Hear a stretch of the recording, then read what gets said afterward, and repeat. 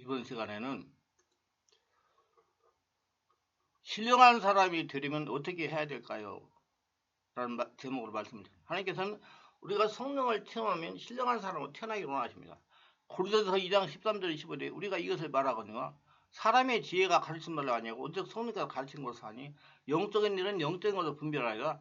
육에 속한 사람은 하나님의 성령의 일들을 받지 않으니 이는 그것들이 그에게는 어리석게 보이며 또는 그는 그것들을 알 수도 없나니 그러한 일은 영적으로 분별되기 때문이라. 신령한 자는 모든 것을 판단하나 자기는 아무에게도 판단을 받지 아니라 그랬어요.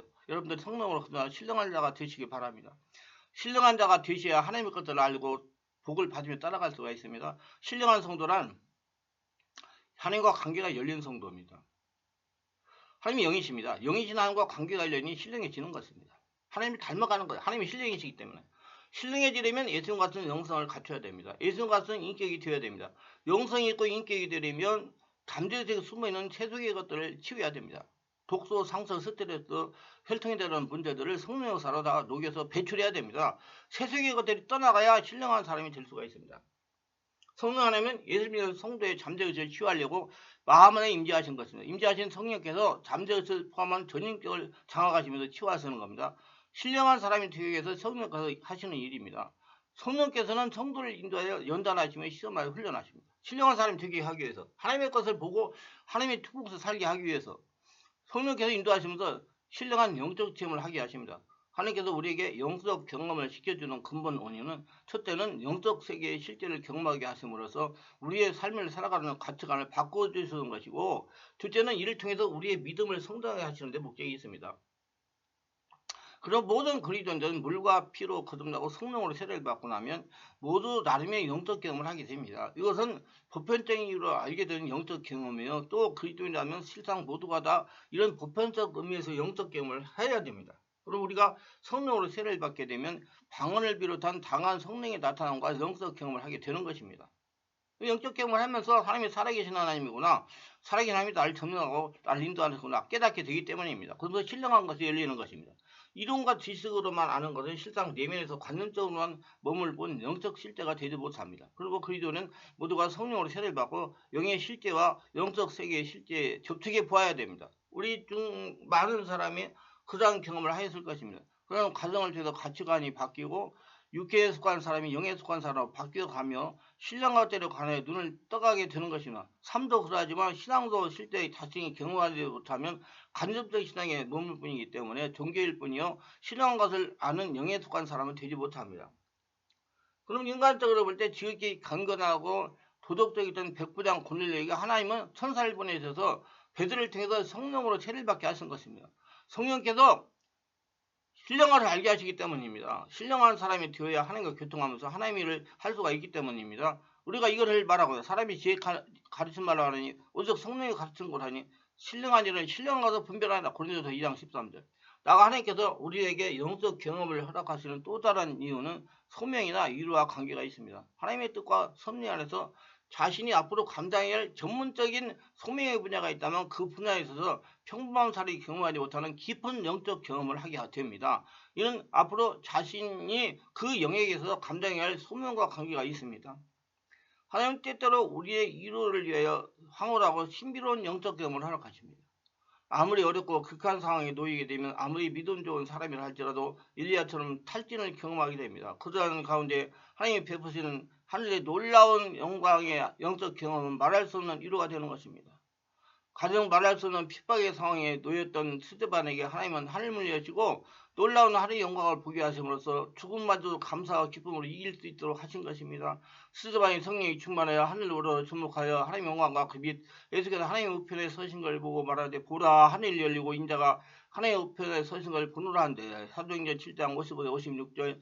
우리가 영적 경험을 하게 되면 이러한 하나님의 섭리의 기운은 이와 같은 것들이 있지만 또 한편 우리가 영적 경험을 할 수 있는 실천적 방법이 있습니다. 물론 사도 바울의 경우같이 하나님의 전적인 주권에서 일어나는 경우도 있지만 보편적으로 심는 대로 거두는 하나님의 공식의 법칙에 따라서 힘쓰고 애쓰는 자에게 주어집니다. 관심을 갖는 사람에게 주어지면 그것도 무엇보다도 기도입니다.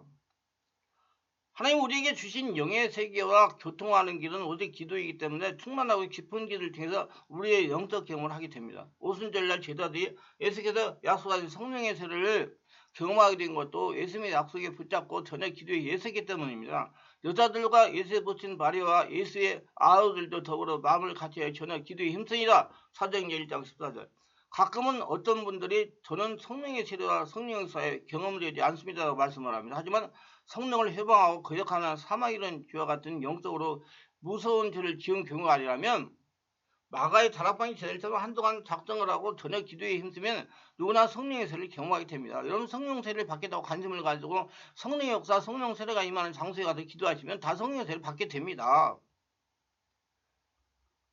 간절히 사모하는 마음으로 작심을 하고 하루에 몇 시간씩 기도에 전념하다 보면 누구나 반드시 보편적인 수준의 성령의 세례와 영적인 경험을 하게 됩니다. 왜냐하면 우리가 받기 원하는 것보다 사실상 하나님께서 우리에게 더욱 성령 세례를 주시기를 원하시기 때문입니다. 그래서 우리에게 성령으로 세례를 주시고 영의 세계와 영의 사람을 인도하시고 시파하시지만 주시지 못하는 것은 죄가 하나님의 우리 사이를 가리고 있기 때문입니다. 그리고 철저하게 하나님 앞에서 자신을 돌아보며 성령 안에 회개를 통하여 죄의 문제를 해결하고 작심으로 하나님 은혜를 구하면 누구나 성령으로 세례 기름 부음을 받게 됩니다.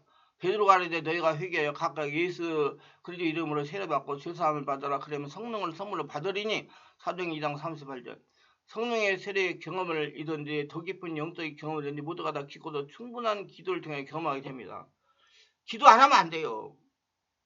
저의 경우도 성령으로 세례의 경험은 평신도일 때 경험했지만 보다 깊은 영의 세계가 이르려고 경험하게 된 것은 극한 환경의 어려움 속에서 밤낮 없이 3년의 기도를 통해서입니다. 그래서 고난이 되게 유익이라 해요. 귀신을 역사를 떠나버리려고 두려움과 예전을 안고 주야를 막론하고 대부분의 시간 교회 안에서 홀로 앉아서 말씀과 성령으로 눈만 뜨면 하나님을 찾았습니다. 이러한 기도의 시간을 통해서 더 깊이 영이신 하나님과 경험을 하고 살아계신 하나님이 내 안에 역사하는 걸 체험을 하고 영적인 체험을 하게 된 것입니다. 이처럼 영적인 체험을 경험적으로 알고 영적인 체험을 하려면 성실하고 충만하고 깊은 기도를 드려야 됩니다. 온몸 기도를 하셔야 돼요. 온몸 기도라면 어렵게 생각하지 마세요. 온 마음과 정성을 다해서 하나님께 집중하고 기도하는 것을 온몸 기도라 그러는 거예요. 생각은 딴 데가 있고 입으로만 나불거리는 기도가 아니라 온 마음을 집중해서 하나님을 찾고 기도하는 거, 그게 온몸 기도예요. 하나님의 자녀이라면 누구나 신령한 영의 사람이 되고자 합니다. 저는 아직 육의 사람, 영의 사람 그 개념을 먼저 모르겠어요. 하시는 분들이라도 좋습니다. 지금부터 알아가시면 돼요. 지금부터 알아가면 돼요. 내가 지금 문제가 있다는 거 깨달으면 되는 거야. 그것만도 된 거예요. 아, 내가 영적인 사람, 성령 인도받는 사람이 되려면 그렇게 해야 되는구나. 그걸 깨달았다면 된 거예요. 관심을 가지면 되기 때문에. 먼저는 간단하게 육의 사람, 영의 사람에 대해서 개념을 정리합니다. 육의 사람이라면 육신을 쫓는 자를 말합니다. 여기서 말하는 육신이란 썩어지고 변질되고 하나님 것과는 반대되는 걸 말합니다. 그런 육신을 쫓는 일은 크게 두 가지로 나뉘어요. 하나는 육체의 일입니다.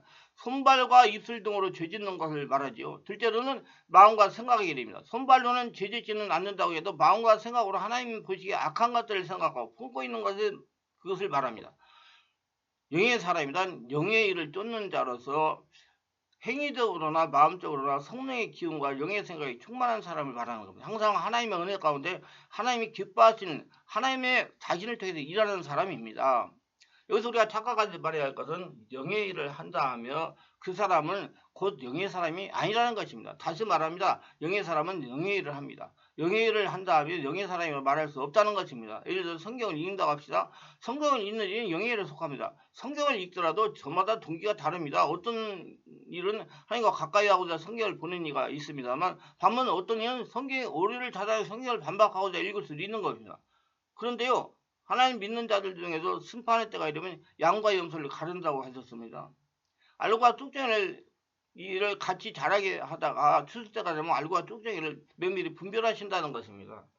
분리해서 되신다는 거예요. 무슨 말입니까? 예수를 영접한 사람들이라고 해도 그 안에 쭉정이가 있고 염소 같은 사람이 있다는 겁니다. 여기서 염소란 믿는다고 하면서 하나님과 반대되는 길을 가면서 불법을 행한 자들입니다. 쭉정이란 얼핏 보면 사람 같으면서도 하나님 보시기에 천국에 들릴 수가 없는 죽은 믿음을 가진 사람들을 말합니다. 이런 염소 같은 사람과 쭉정이가 바로 육의 사람입니다. 이리 말하면 사람들이 되기는 나는 아닌데 난 이제도 믿음 생활해 주일날 교회 가지 헌금드리지 때론 전도도 하지 봉사도 하지 동영상 퍼나르지 좋습니다. 계속해서 의뢰를 같이 나누다 보면 성경에서 말하는 육의 사람과 영의 사람이 어떻게 다른지 구분이 가실 것입니다. 우리가 세상에 있을 때는 육의 사람이었습니다.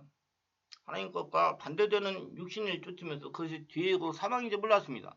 그러다가 예수님 영접하고 나서 성령 세례를 받은 이후로 영이 깨어나기 시작하니 영의를 하게 되었고 그 안에서 영의 마음도 이루는 과정을 거치고 신령함이 자꾸자꾸 깨어나고 있는 것입니다.